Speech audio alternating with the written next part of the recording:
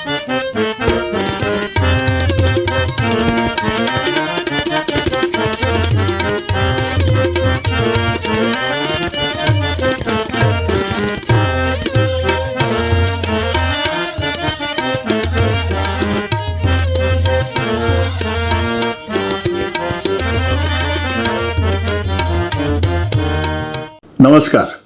मी श्रीकांत दादरकर आपणा सर्व रसिकांचं मनःपूर्वक स्वागत करतो. रंगनाथाचा रथोत्सव या शीर्षकांतर्गत आज सादर होत आहे आचार्य अत्रे.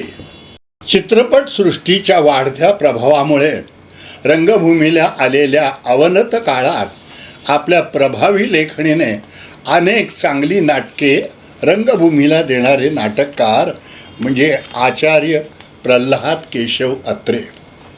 एक झंझावाती व्यक्तिमत्व म्हणून त्यांची उभ्या महाराष्ट्राला ओळख आहेच. शिक्षक म्हणून त्यांनी कारकीर्द सुरू झाली.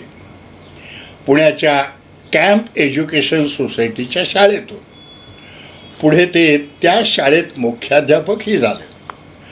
साप्ताहिक नवयुगपासून सुरुवात करून अखेरपर्यंत ते वृत्तपत्र क्षेत्रातच राहिले. मात्र त्याचबरोबर अत्रे थिएटर्स या नाट्यसंस्थेमार्फत ते रंगभूमीशी जोडलेले राहिले. चित्रपटसृष्टीचा वाढता प्रभाव, आर्थिक मंदी या गोष्टी रंगभूमीला मारक ठरत होत्या. अशा काळात अत्र्यांची मुख्यतः प्रसहनात्मक वेगवेगळ्या विषयावरची कथानके असलेली चुरचुरीत विनोदयुक्त आणि भावगीतांच्या बाजांची पदं असलेली नाटकं अत्यंत लोकप्रिय झाली. 1933 ते 1960 या काळात लोकांच्या नाट्यविषयक अभिरुचीत बदल घडत होते. अशा काळात त्यांची जी नाटकं यशस्वी झाली त्यातली 10 नाटकं प्रहसनपर आणि विनोदी होती. नाटककार राम गणेश गडकरी आणि फ्रेंच प्रहसनकार मोलियर यांना त्यांनी गुरुस्थानी मानलं होतं. त्या दोघांचा प्रभाव अत्र्यांच्या लेखनावर जाणवतो. या नाटकातून त्यांनी विडंबन, उपहास, उपरोध, अतिशयोक्ती यातून समाजातील दोष आणि दंभ यावर भाष्य केलं आहे. साष्टांग नमस्कार, भ्रमाचा भोपळा, मोरूची मावशी आणि लग्नाची बेडी ही त्यांची नाटकं सदाबहार ठरली. निखळ विनोद हे या नाटकाचं वैशिष्ट्य. घराबाहेर आणि उद्याचा संसार ही अत्र्यांची गंभीर नाटकं. घराबाहेर या नाटकाला तर अपूर्व यश मिळालं. 15 जून 1935च्या मुंबईतील प्रयोगाची सर्व तिकीटं संपली आणि अनंत हरी गद्रे यांनी थिएटरच्या बाहेर हाऊसफुल असा बोर्ड लावला. घराबाहेर नाटकाच्या निमित्ताने हा शब्द उदयाला आला. या नाटकाचं आणखीन एक वैशिष्ट्य म्हणजे एका रविवारी मुंबईत ऑपेरा हाऊसमध्ये चाललेल्या प्रयोगाचं आकाशवाणीवरून त्याच वेळी प्रक्षेपण करण्यात आलं. उद्याचा संसार नाटकातील पदं अत्र्यांनी गझल, कव्वालीच्या ढंगानं लिहिली. वेड लागी जीवाला, जगाचे बंध कोणाला ही पदं तर खूप लोकप्रिय झाली. अत्र्यांच्या नाटकात कथानकाच्या वैविध्याबरोबरच आकर्षक मांडणीही असे. त्यांच्या लग्नाची बेडी या नाटकातही तर अक्षरशः धमाल उडवून दिली. ती पाहताच बाला ह्या पदाला कडाडून टाळ्या आणि वंशमोहर मिळत असत. त्या काळाच्या मानानं जरा जास्तच बोल्ड असं हे गाणं होतं. वंदे मातरम नाटकासाठी अत्र्यांनी इंग्रजी बॉल डान्सची कल्पना सुचली आणि कलाकारांनी चक्क क्लबमध्ये जाऊन बॉल डान्स शिकून घेतला. हेच या नाटकाचं वेगळेपण होतं. खरं तर अत्र्यांची नाटकं गद्यच होती, पण त्या काळी संगीत नाटकांचा इतका विलक्षण प्रभाव समाजावर होता की त्यांना नाटकात पदं घालावी लागली. अत्र्यांचं आणखीन एक गाजलेलं नाटक म्हणजे संगीत पाणीग्रहण. प्रेम की पैसा या नेहमीच्या विषयावरचं नाटक असलं तरी अत्र्यांनी मनोरंजक आणि नाट्यपूर्ण पद्धतीनं ते सादर केलं. सुरुवातीला या पदांना बबनराव कुलकर्णी यांनी चाली दिल्या होत्या. हेच नाटक जेव्हा नव्याने रंगभूमीवर आलं त्यावेळी श्रीनिवास खळे यांनी संगीत दिलेली उगवला चंद्र पुनवेचा, प्रीती सुरी दुधारी, प्रेम हे वंचिता, कळाया लागल्या जीवा आणि सखी एकलेपणाचा अशी यातील 5ही गाणी लोकप्रिय झाले.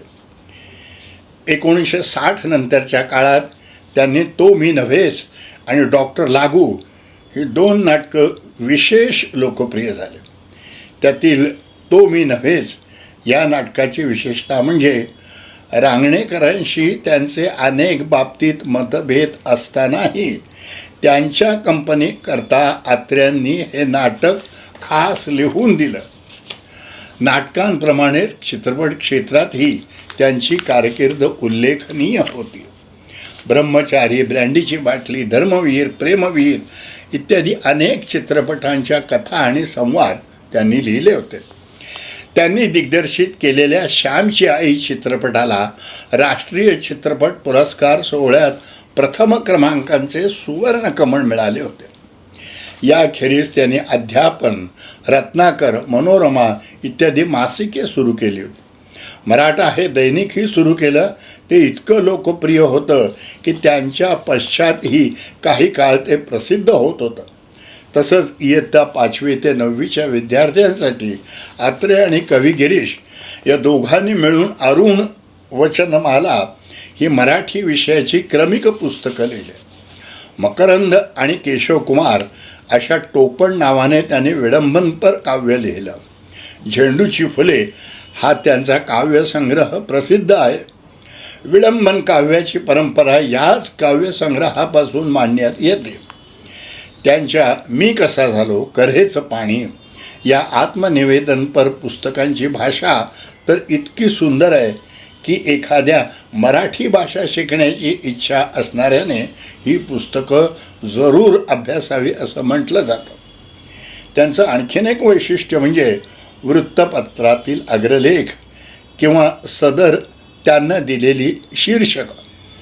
ते म्हणत की शीर्षक इतकं चपखल असायला हवं की ते वाचूनच पुढच्या लेखाविषयी मनात उत्सुकता निर्माण झाली पाहिजे.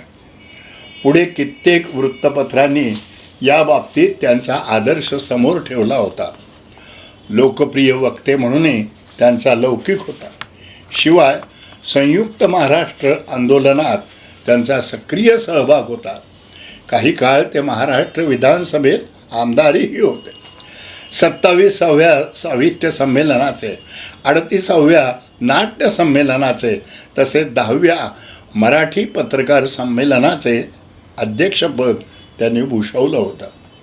तत्कालीन राष्ट्रपती डॉक्टर सर्वपल्ली राधाकृष्णन यांनी त्यांचं वर्णन writer and fighter of Maharashtra अशा शब्दात केलं होतं. गोरगरीब, दलित, उपेक्षित यांच्याविषयी त्यांच्या मनात अपार जिव्हाळा होता. सामाजिक बांधिलकी म्हणून त्यांच्यासाठी आत्र्यांनी शक्य ते सर्व केलं. म्हणूनच त्यांना आचार्य ही पदवी प्राप्त झाली. प्रतिभासंपन्न लेखणी, अमोघ वाणी, अंगभूत चातुर्य, प्रसंगावधान आणि हजरजबाबीपणा या गुणांमुळे त्यांनी जनमानसावर एक अमीट असा ठसा उमटवला होता. म्हणूनच उत्कृष्ट साहित्यिक, विडंबनकार, चित्रपट निर्माते, दिग्दर्शक, शिक्षणतज्ज्ञ, पत्रकार, वक्ता, नेता असं बहुआयामी व्यक्तिमत्व लाभलेल्या आचार्य अत्रे यांच्याविषयी त्यांच्या शैलीत सांगायचं झालं तर म्हणावं लागेल, गेल्या 10,000 वर्षात असा झंझावती आणि चौफेर व्यक्तिमत्व झालं नाही आणि कदाचित यापुढेही होणार नाही.